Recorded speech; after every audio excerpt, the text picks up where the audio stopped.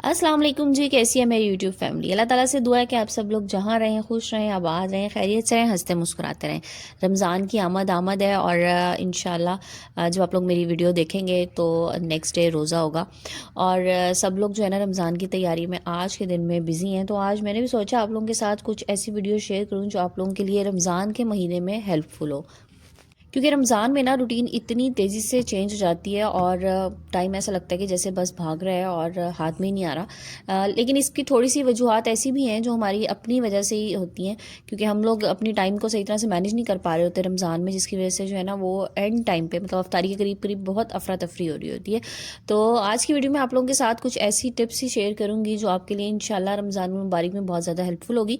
तो वीडियो को स्टार्ट करते हैं, लेकिन उससे पहले चैनल पे अगर नए तो प्लीज़ जल्दी से चैनल को सब्सक्राइब कर दीजिए और वीडियो को लाइक एंड शेयर भी ज़रूर कीजिएगा और अच्छा सा कमेंट भी ज़रूर कीजिएगा। So let's get started. अच्छा, एक तो आप लोगों ने देखा होगा ना आजकल बहुत सी वीडियोस भी रमज़ान से पहले आ रही होती हैं, जिसमें आपको अक्सर लोग ये अपनी रूटीन शेयर कर रहे होते हैं कि आप रमज़ान से पहले जो है ना जो भी आपके किचन से रिलेटेड काम है वो आप उनको कम से कम करने की कोशिश कर लें और आप जो चीज़ें आप फ्रीज़ कर सकते हैं ना, जो चीज़ें आप बना सकते हैं रमज़ान से पहले वो करके रख लें। तो ये तो काम बड़ा ही जो है ना वो समझ लें कि ज़रूरी है, क्योंकि रमज़ान में ना मेरा ख्याल है कि आपको खाने पीने से ज़्यादा और पकाने से ज़्यादा इबादत को टाइम देना चाहिए। असल में रमज़ान की रूह जो है ना वो इबादत है और हम लोग जो है ना उसको कहीं पीछे छोड़ जाते हैं। हमारे यहाँ सैरियाँ अफ्तारियाँ इतनी हम लोग अपने आप को उसमें मसरूफ़ कर लेते हैं, या फिर अफ्तार पार्टीज़ शुरू हो जाती हैं, तो बहुत ज़्यादा मसरूफियत जो है ना हमारी किचन की तरफ हो जाती है और जो असल काम हमें करना है वो थोड़ा कम ही हो रहा होता है माजरत के साथ। तो बस आपने कोशिश करनी है कि जितने काम आप कर सकें ना, मतलब जितनी आप अफ्तारी में भी आप लवाजमात बना सकें बस उतने बनाएं। अपनी उससे ज़्यादा समझ लें कि अपने हिम्मत से ज़्यादा, इस्तिताअत से ज़्यादा उसको बनाने की कोशिश ना करें, क्योंकि फिर आपके पास टाइम जो है ना वो कम से कम होता चला जाएगा। पालक हो गया और इसके अलावा लहसुन अदरक का पेस्ट हो गया, इस तरह की चीज़ें या चटनियाँ हो गई, ये तो आपने पहले से ही बना के अब तक फ्रीज़ कर ली होंगी आई होप। तो अगर नहीं भी की तो अभी भी आपके पास टाइम है। शुरू के एक दो रोज़ों में इतना ज़्यादा जो है ना वो आपको नहीं, आप डाउन नहीं हो रहे होते, क्योंकि आहिस्ता आहिस्ता जब आप रोज़े कंटिन्यूसली रख रहे होते हैं ना तो फिर थोड़ा सा आपका एनर्जी लेवल भी डाउन हो जाता है। तो अब एनर्जी लेवल आपका हाई होगा, तो अगर आपने ये काम नहीं किए तो करके रख लीजिए ताकि आपके लिए आसानी हो जाए।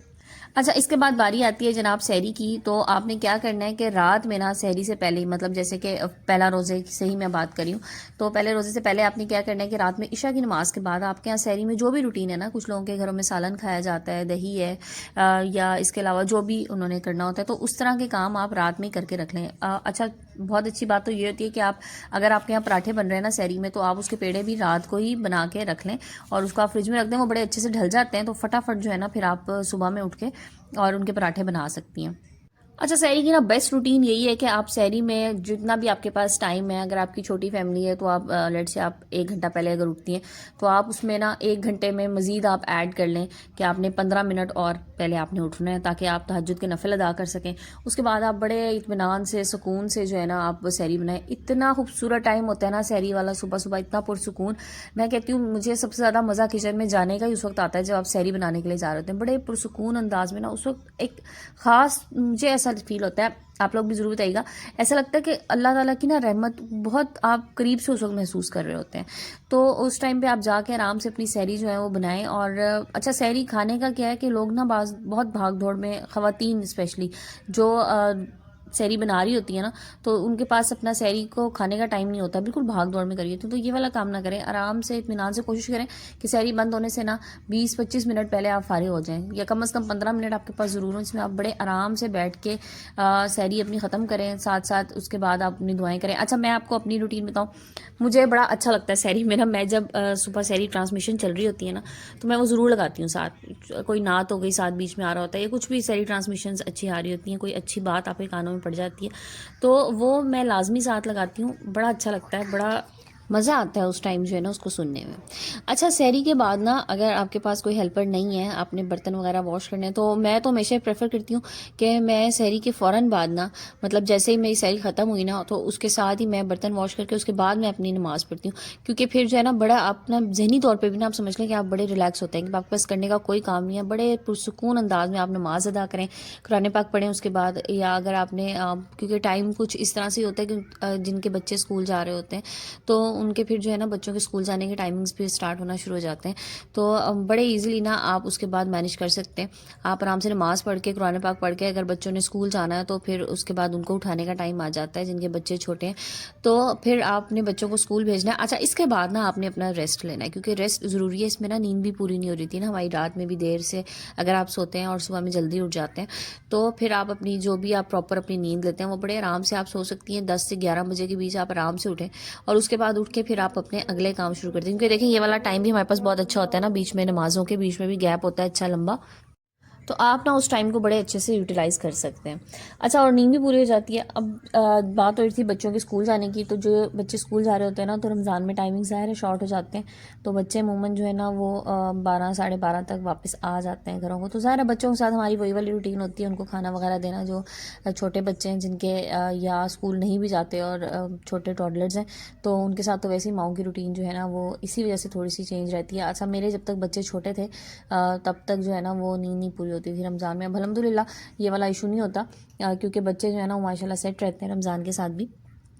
तो उसके बाद आपने अपने जो है ना बाकी काम कर लेना है। अच्छा, फिर वही बात कि अगर हेल्पर नहीं है तो आपने जो घर के काम करने हैं वो आप इस टाइम पे कर सकती हैं। अपने घर की जो भी आपने जैसे क्लीनिंग वगैरह है या आपके कपड़े वगैरह धोने वाला जो भी काम है वो भी आप इस टाइम में कर सकते हैं।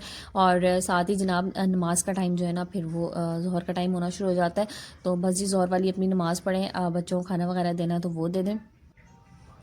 और ज़ोहर के बाद भी ना आपके पास फिर बड़ा टाइम होगा ज़ोहर से असर के बीच में, और उस टाइम पे आप जो है ना बड़े आराम से बच्चों को टाइम दे सकती हैं। अगर बच्चों के होमवर्क वगैरह कराने हैं वो करा सकती हैं। देन फिर आपका जो है ना वो अफ्तारी का टाइम शुरू हो जाता है। अच्छा, अफ्तारी के टाइम पे ना वही जैसे बात मैंने शुरू में भी आप लोगों को कही कि जो चीज़ें आप पहले बना के रख सकते हैं ना एडवांस, वो ज़रूर बना के रख लीजिए ताकि अफ्तारी में ना फिर आपको प्रॉब्लम ना हो। एक और आपको टिप दूंगी, आपने क्या करना है जनाब कि आपने जो है ना मतलब असर से पहले ही आप जो पकोड़े वगैरह जिनके घरों में बनते हैं बहुत ज़्यादा, तो आपने क्या करना है कि जो भी पकोड़ों की कटिंग है ना सब्जियों की, वो आप उस टाइम पे करके रख लें।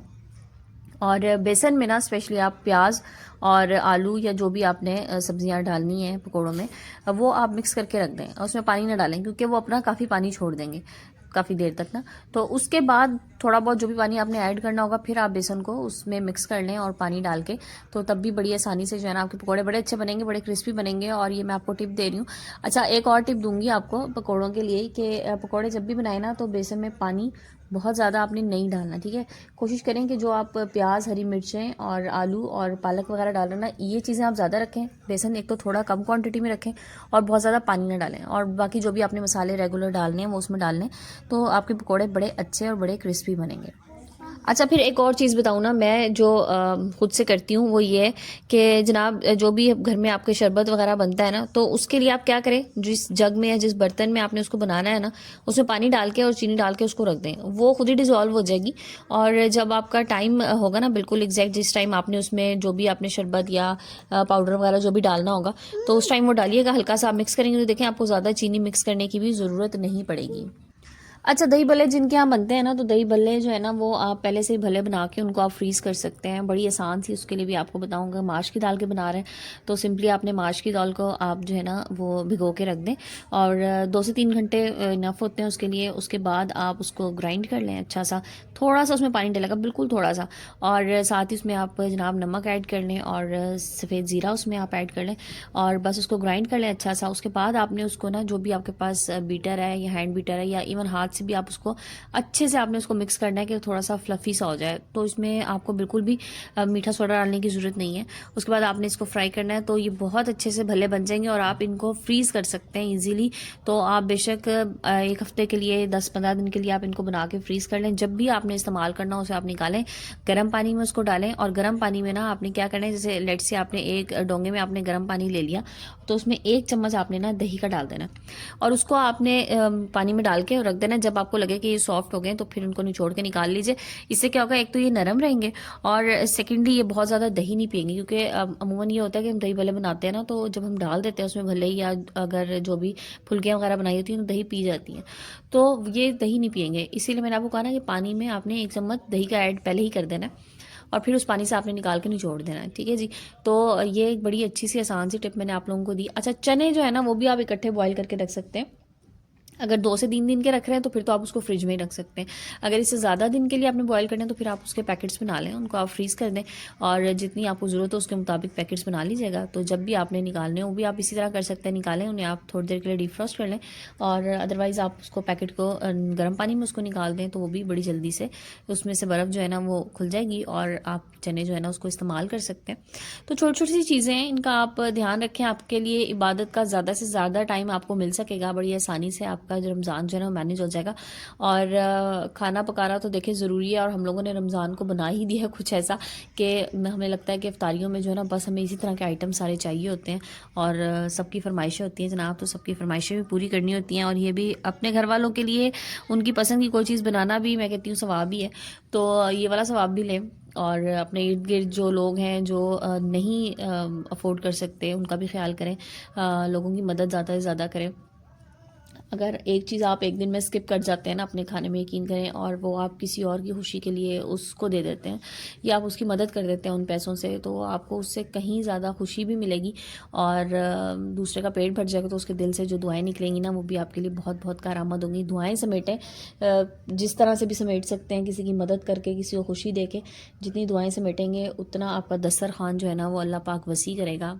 तो लोगों के दिलों में जो है ना वो खुशियाँ बहुत कम हो गई हैं और लोग बहुत परेशान हैं। आप यकीन करें, अपने इर्द गिर्द नज़र दौड़ाइएगा, कोई किसी वजह से परेशान है, कोई किसी वजह से परेशान है, कोई रिस्क की वजह से परेशान है, कोई औलाद की तरफ से परेशान है।